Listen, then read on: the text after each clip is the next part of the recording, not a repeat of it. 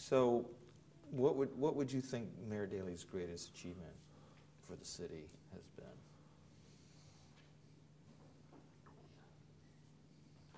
I think it probably was his efforts to make the school system the best in the country. And he worked, it was really something he worked on all the time.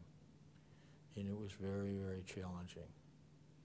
But, you know, it's like John F. Kennedy says, you got to start somewhere. Mm-hmm. And he did start, and he realized how essential bringing people and keeping them in the city was related to education. Yeah.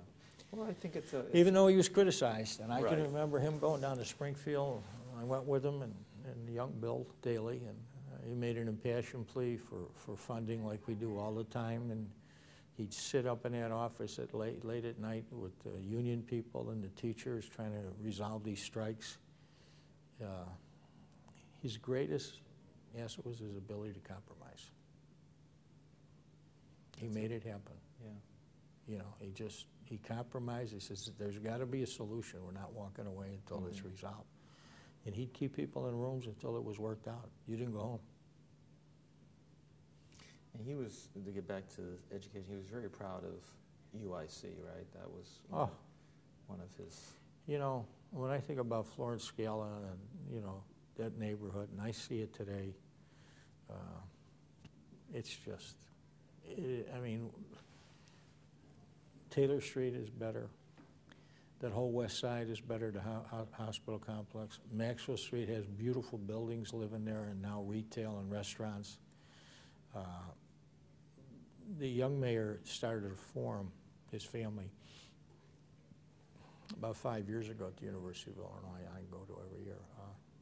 This year, Joe Biden come in and talk, but oh yeah, I read about that.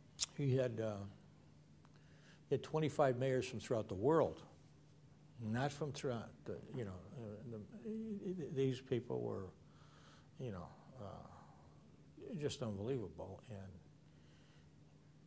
and it was at the Forum Building at Roosevelt and Halsted. And when I was a young policeman, my first assignment when I left the police academy was to go and direct traffic at that corner of Roosevelt and Halsted.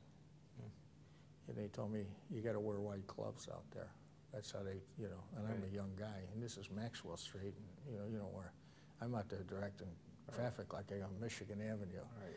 And I sat in that forum in April, and I said, wow, what a difference. Yeah. You got Ignatius, you got the university, you got magnificent housing. It just keeps going further and further south. And the interesting thing about it, and it was totally unsolicited, there was 25 mayors. There were no less than 10 of them that said that this city is beyond a doubt the city that they've been to that is the most beautiful and should have the Olympics. 10 of them out of 25, totally unsolicited. That's great. Yeah, it was really remarkable. But that's where we came from. I mean, Florence Scala arguing about improvement to the property, the vision he had there, the vision he had for O'Hare Airport. I mean, look at the years that these men have spent trying to get the point across, and you've always got some obstructionist that's not going to agree with you, but in the long run, we're still short on O'Hare. You know, and the University of Illinois is going to continue to grow.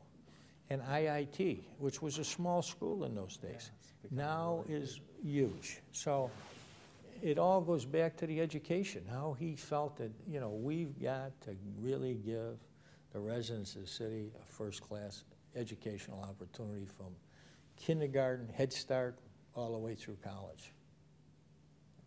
Absolutely. Yeah, I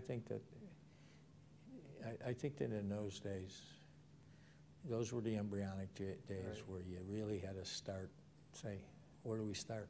How do we make this work? How do we make the school system better when it's getting tougher because we're getting families to move in here and children in community schools that have no skills, no reading ability. We've got to redo it all. I used to teach at a school that next to the Monroe Street Police Station called Skinner Elementary. I'd be teaching there, as a substitute teacher when I wasn't working in the police department, going to law school. And I just remember the kids that lived on Jackson and Adams and the 1400 block. I mean, I'd have them at school during the day, and at night they'd be out riding the L's because there was nobody home. Yeah. There was nothing there to do. Right. And now I look at that neighborhood on West Jackson and the beautiful homes, and I just think that there isn't a city anywhere that I've been to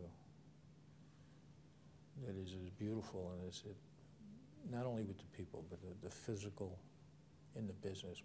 There's so much confidence in this city, and I think that's the magnet that draws people. Right. Because they know that our leaders are like Nike. Just do it. Well, thank you.